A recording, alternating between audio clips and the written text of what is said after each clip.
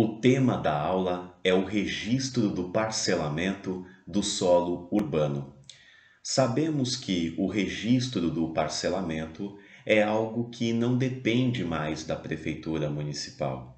O registro é por conta do empreendedor, a não ser que o parcelador, o loteador, seja o próprio poder público, eventualmente pretendendo levar a registro um empreendimento de interesse social em área de domínio público.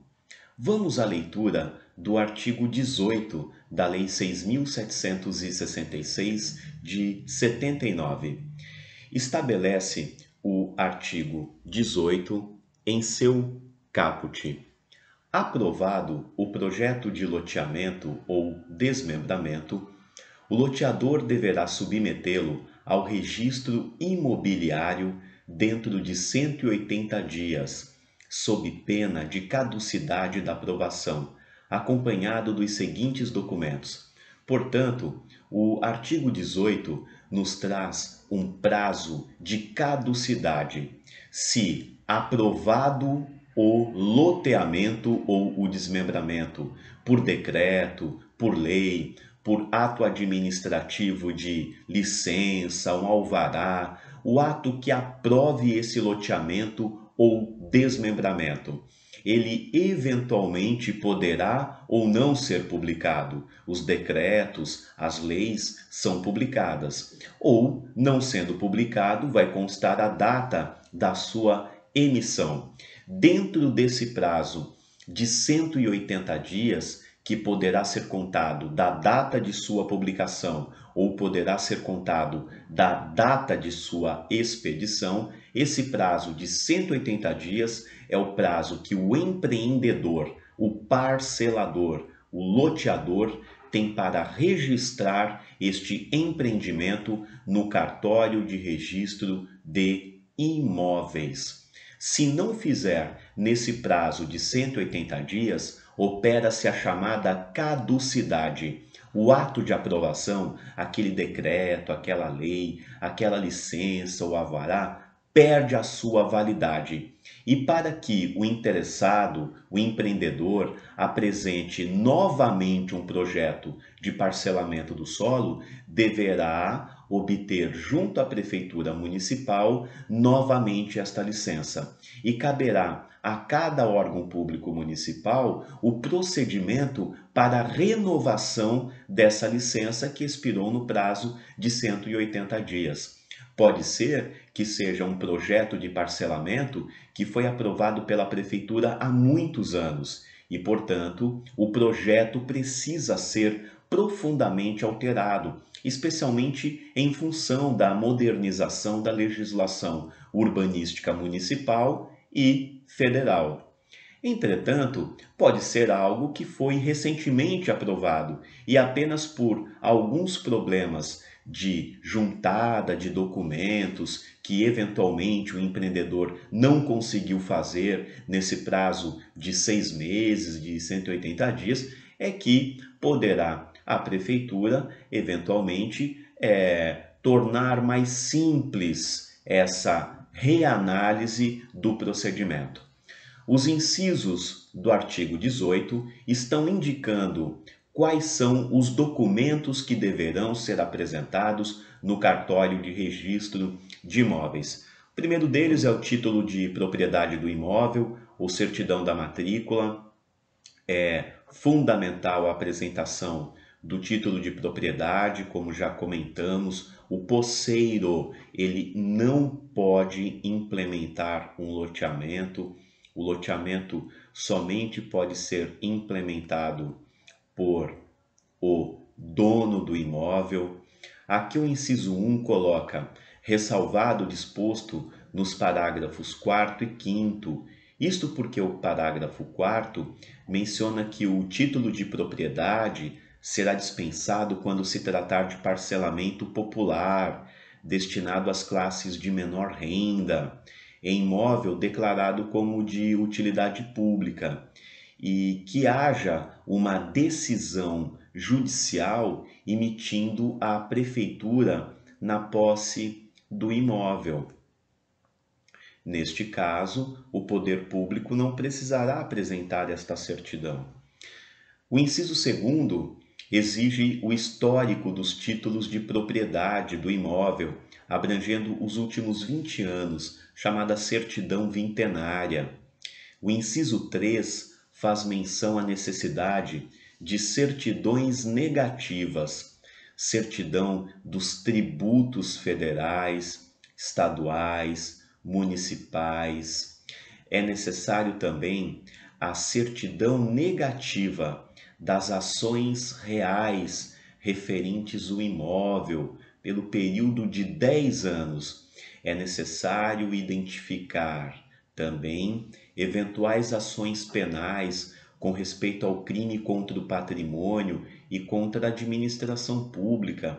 Afinal de contas, esse bem imóvel pode ser um bem de patrimônio alheio, pode ser um bem de patrimônio público, pode ser que este imóvel tenha sido adquirido a título de esbulho possessório, o que é crime. Em relação às ações reais, que é mencionado aqui na linha B, pode ser que esteja em tramitação no judiciário alguma ação que esteja discutindo a propriedade do imóvel. Não é possível isso, né?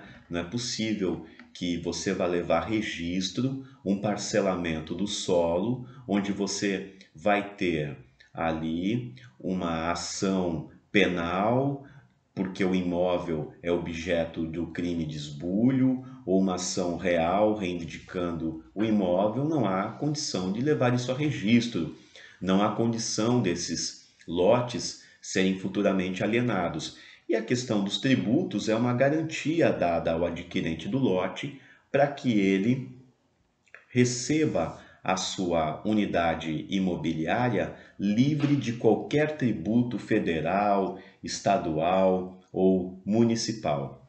O inciso 4 não exige certidões negativas, apenas certidões dos cartórios de protestos de títulos em nome do loteador, período de 10 anos, ações pessoais do loteador, período de 10 anos, as ações de ônus reais relativos ao imóvel, ações penais contra o loteador pelo período de 10 anos. E aí é importante destacar o que menciona também o parágrafo 1º do artigo 18, os períodos referidos nos incisos 3, 4, tomarão por base a data do pedido de registro do loteamento, devendo todas elas serem extraídas em nome daqueles que, nos mencionados períodos, tinham sido titulares de direitos reais sobre o imóvel. O parágrafo 2º complementa que a existência de protestos, ações pessoais ou ações penais, exceto as referentes a crime contra o patrimônio e contra a administração, não impedem o registro do loteamento se o requerente comprovar que ele é um devedor solvente, se ele comprovar que o patrimônio que ele possui é maior do que sua dívida. Aí, no caso, essa existência dos protestos pessoais contra o loteador, a existência de protestos não será objeto de indeferimento. Também aqui, continuando em relação ao artigo 18, o inciso 5 é o que exige a cópia do ato de aprovação, o decreto, a lei, do loteamento, né? E comprovante do loteamento ou do desmembramento, e comprovante do termo de verificação pela Prefeitura ou pelo Distrito Federal da execução das obras exigidas por legislação municipal, que incluirão, no mínimo, a execução das vias de circulação do loteamento, demarcação dos lotes, quadras, logradouros, obras de escoamento das águas pluviais ou da aprovação de um cronograma com a duração máxima de 4 anos acompanhado de competente instrumento de garantia. O inciso 5 deixa bem claro é necessária a apresentação da cópia do ato de aprovação. E esta cópia do ato de aprovação tem que estar acompanhada de um comprovante de verificação pela prefeitura, de execução das obras de infraestrutura básica ou de um cronograma para a execução dessas obras de infraestrutura básica. Até mesmo porque essa infraestrutura pode ser que já exista no local, tal como acontece com os desmembramentos em frente ao sistema viário, a avenida, a rua, já pode contar com iluminação, rede de água, rede de esgoto, drenagem, pavimentação. Toda a infraestrutura básica pode ser que já conste de frente para aquele terreno que será objeto de um desmembramento. Dessa forma, basta o termo de verificação da prefeitura dizendo que não precisa de infraestrutura básica ou de cronograma porque já existe. Se eventualmente a infraestrutura básica não existe e ela será executada, aí sim que se exige o cronograma de execução de obras com prazo máximo de 4 anos. O inciso 6 exige o exemplar do contrato padrão de promessa de venda ou de cessão ou de promessa de cessão, do qual constarão obrigatoriamente todas as indicações que estão lá previstas no artigo 26. E o inciso 7, por último, ele exige a declaração do cônjuge, do requerente, de que consente no registro do loteamento. Uma observação também interessante para realizar com vocês, ainda em relação ao registro, é sobre este procedimento interno nos cartórios de imóveis. Isso é regido pelo artigo 19 da Lei 6.766 de 79. Examinada a documentação e encontrada em ordem, o oficial de registro de imóveis encaminhará comunicado à prefeitura e fará publicar, em resumo, um pequeno desenho de localização da área, edital do pedido de registro em 3 dias consecutivos, podendo este ser impugnado no prazo de 15 dias. Temos, portanto, a necessidade de ser publicado um resumo com um pequeno desenho da localização da área num edital do pedido de registro, 3 dias consecutivos. O parágrafo 3º do artigo 19 menciona: nas capitais, a publicação do edital se fará no Diário Oficial do Estado e num dos jornais de circulação diária. Nos demais municípios, a publicação se fará apenas num dos jornais locais, se houver, ou não havendo em jornal da região. Hoje sabemos que essas publicações são realizadas por meio eletrônico. Parágrafo 1º do artigo 19. Sabemos que temos aí o prazo de 15 dias para impugnação. Publicado o último edital com o desenho e o resumo do loteamento, 15 dias para impugnação.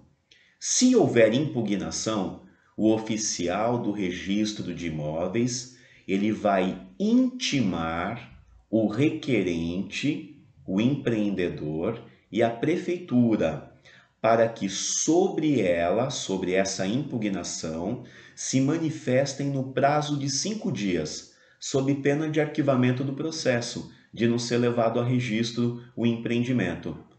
Com a manifestação do requerente e da prefeitura, o processo será enviado ao juiz competente para decisão, ao juiz corregedor de imóveis. Ouvido o Ministério Público no prazo de 5 dias. Isso é o que está no parágrafo 2º. O juiz vai encaminhar este processo ao Ministério Público para que o Ministério Público também se manifeste no mesmo prazo de 5 dias. E aí o juiz vai decidir, ou de imediato, ou mediante um procedimento sumário de instrução, com a juntada de estudos técnicos, se for o caso, podendo remeter ao interessado às vias ordinárias, caso a matéria exija maior indagação. Vai depender muito do que está sendo impugnado. Esta impugnação, evidente, ela poderá ser acolhida pelo juiz corregedor de imóveis ou poderá ser rejeitada pelo corregedor de imóveis. Se eventualmente for rejeitada, o processo vai para o arquivo. Caso deferida, o loteamento, o desmembramento será registrado e o oficial comunicará por certidão o seu registro à prefeitura. É o que consta do artigo 19, parágrafo 5º. O artigo 20, por sua vez, estabelece que o registro será feito em livro próprio. E no registro de imóveis, far-se-á o registro do loteamento, com a indicação para cada lote, a averbação das alterações, a abertura de ruas e praças e as áreas destinadas a espaços livres ou a equipamentos urbanos. Temos ainda o artigo 21 da Lei 6.766 de 79, que trata aqui da competência imobiliária para o registro do parcelamento do solo. Então, pelo artigo 21, quando a área loteada estiver situada em mais de uma circunscrição imobiliária, o registro será requerido primeiro perante aquela em que tiver localizada a maior parte da área loteada. Destacamos também o parágrafo 1º, nenhum lote poderá situar-se em mais de uma circunscrição. O lote tem que estar ou no primeiro ofício de imóveis ou no segundo ofício de imóveis. Não pode uma parte do imóvel estar no primeiro ofício, outra parte estar no segundo ofício, porque afinal de contas, quem é que vai emitir a matrícula? Temos também que destacar aqui, parágrafo 3º, enquanto não procedidos todos os registros de que trata, não só o artigo 21, mas também o artigo 20, e considerar-se ao loteamento como não registrado para os efeitos da Lei 6.766 de 79.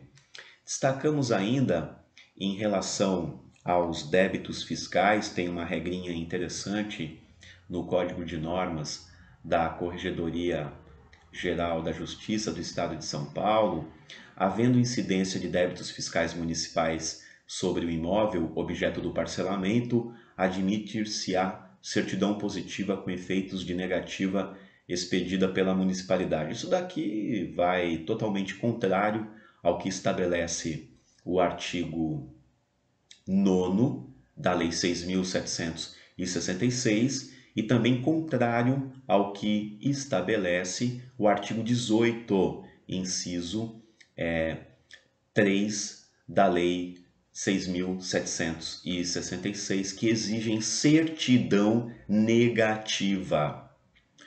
É indispensável para o registro do loteamento ou desmembramento em áreas localizadas em municípios integrantes de região metropolitana ou, nas hipóteses do artigo 13, anuência do órgão estadual.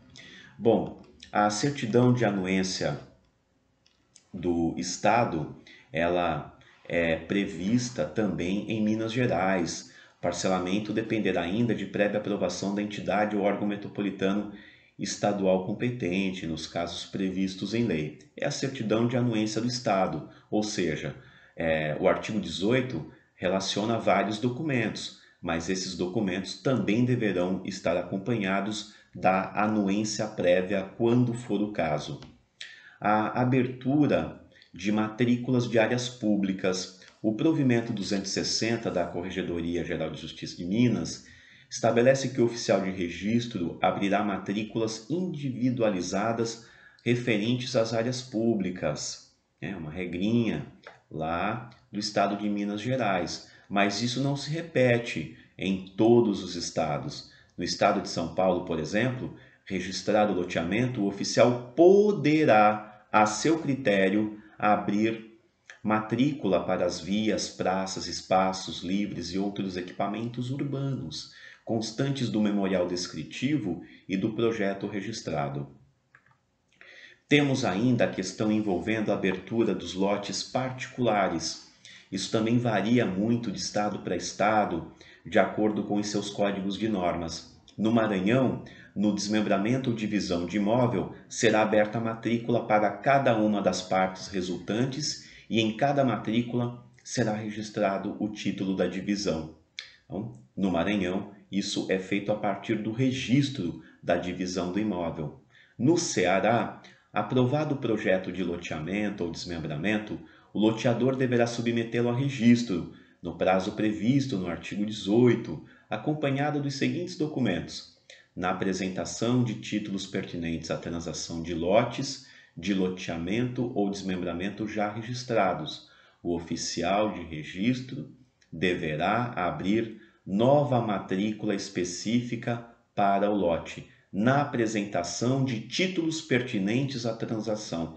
Portanto, no Ceará, as matrículas dos lotes não são abertas imediatamente, elas são abertas mediante a apresentação dos contratos de compra e venda, dos contratos de doação, dos instrumentos de alienação desses lotes. E no Pará, é facultada a abertura de matrícula de ofício. É uma faculdade a abertura da matrícula. Em Pernambuco nós temos aqui já o critério do parcelamento público. O artigo 18, quando a gente fala que é o poder público que está promovendo o parcelamento do solo, o artigo 18 não é aplicável por inteiro.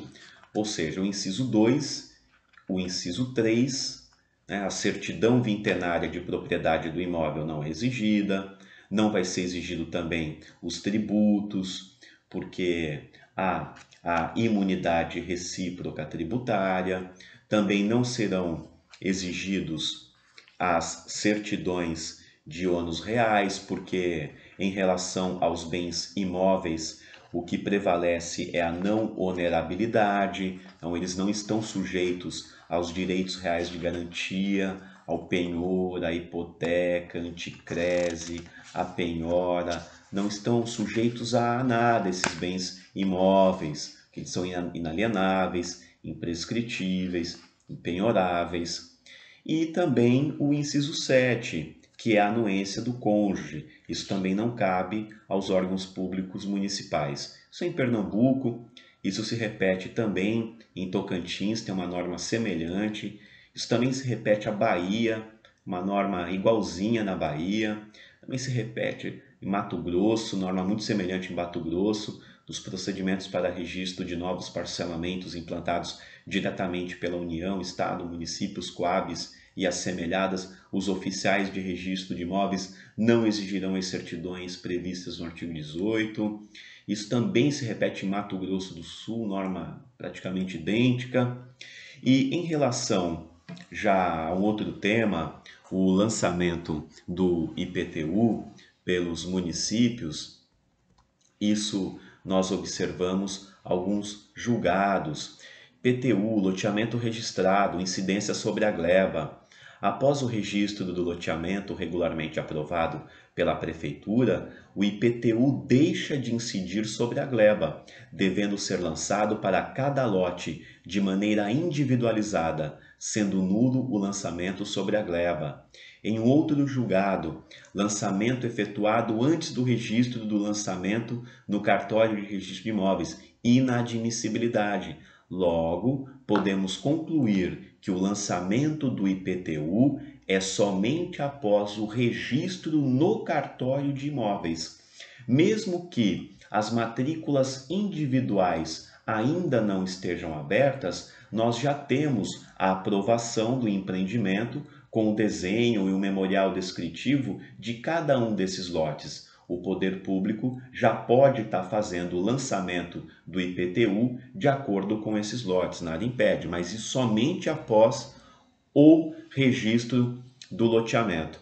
Também um julgado, loteamento irregular, fato gerador caracterizado, imposto devido. A irregularidade de loteamento não impede o lançamento de IPTU sobre a propriedade, o domínio útil ou a posse de bem imóvel. Nós sabemos que o lançamento do IPTU, ele tem que atender ao artigo 32 do Código Tributário Nacional, o artigo 33, o 34, né? Contribuinte do imposto é o proprietário do imóvel, o titular do seu domínio útil ou seu possuidor a qualquer título. Então, quer dizer, se é um loteamento irregular, é um desmembramento irregular, não interessa.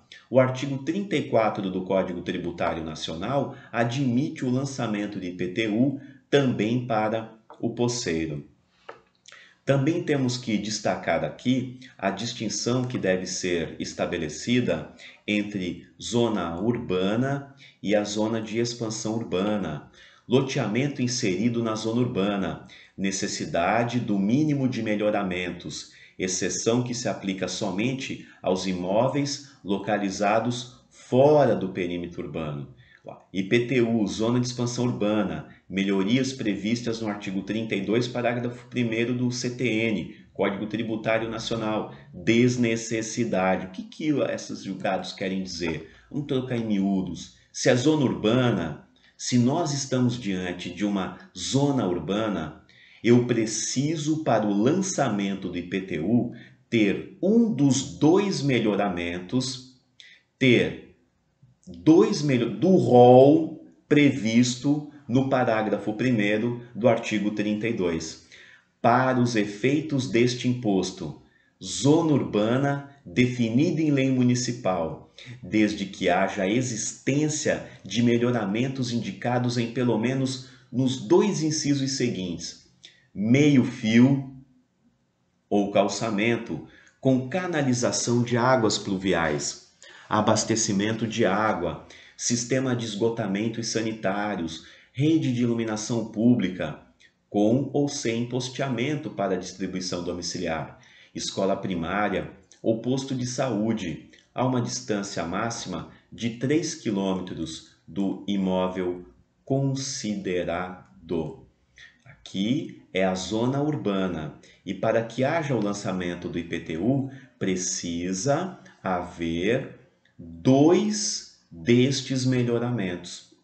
Quando, entretanto, eu estou com o loteamento na zona de expansão urbana, é a regrinha do parágrafo 2º e não será necessária a existência de infraestrutura alguma para o lançamento do IPTU. Imagine você, um loteamento aprovado na zona urbana. É uma gleba e tem o cronograma de execução das obras de infraestrutura básica. O IPTU já pode ser lançado? Ainda não. Por que não? O IPTU não pode ser lançado porque, embora registrado o loteamento, a infraestrutura básica ainda não foi executada.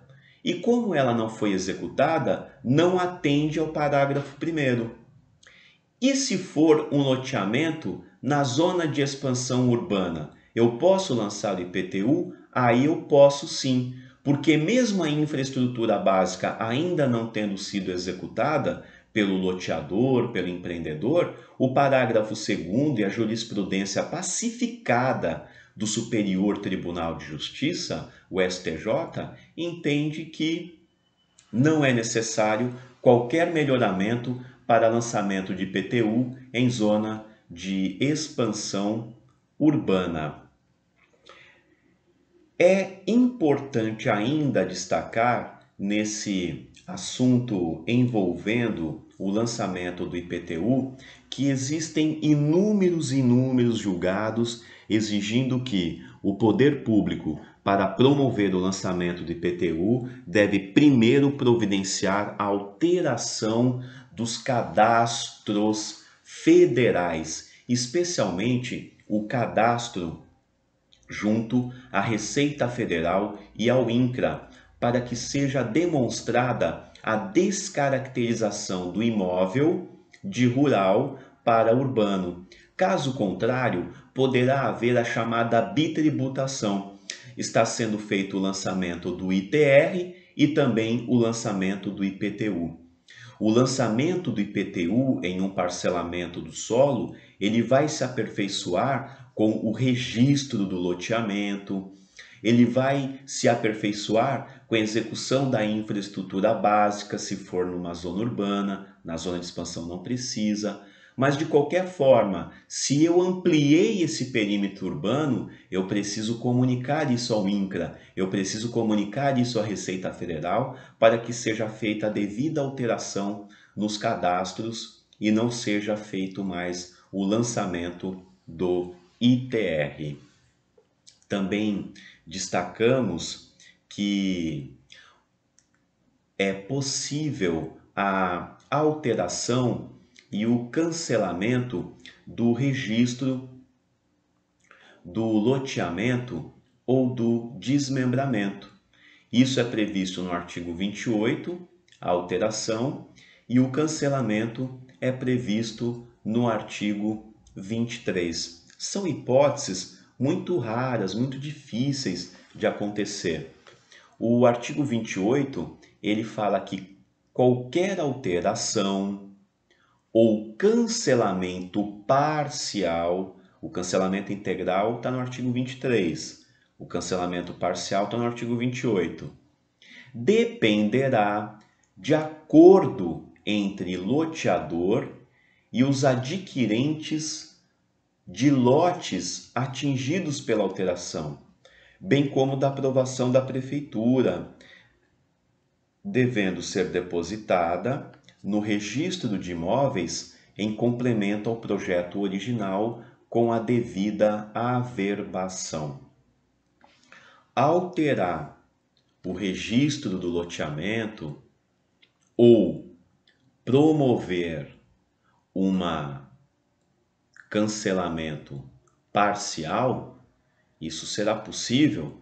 Sim, se houver a autorização da prefeitura e também havendo a manifestação favorável dos adquirentes dos lotes.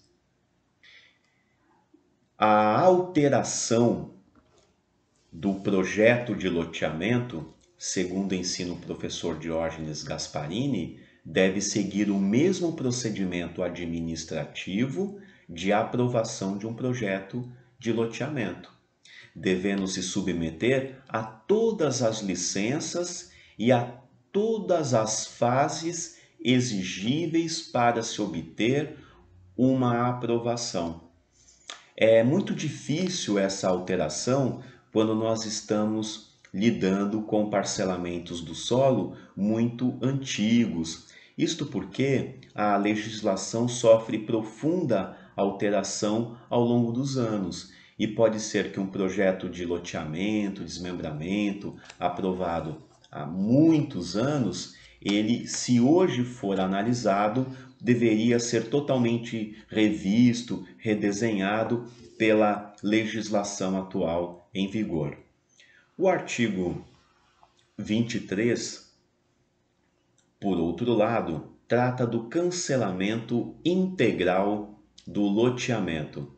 Esse cancelamento integral do loteamento pode ocorrer por decisão judicial, pode ser a requerimento do loteador com anuência da prefeitura, enquanto nenhum lote tiver sido vendido.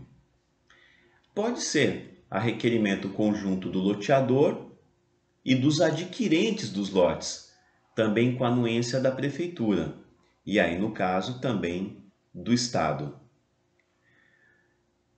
Observamos que, pelo parágrafo 1º do artigo 23, a prefeitura e o Estado só poderão se opor ao cancelamento do registro se disto resultar inconveniente comprovado para o desenvolvimento urbano, ou se já tiver realizado qualquer melhoramento na área loteada ou adjacências.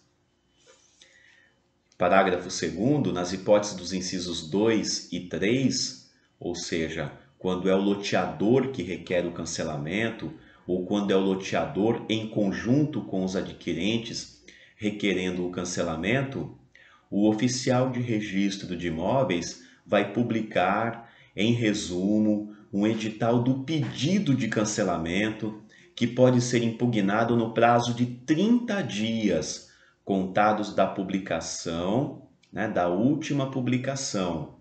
Findo esse prazo, ou sem impugnação, o processo será remetido ao juiz competente para a homologação do pedido de cancelamento, mas será ouvido o Ministério Público.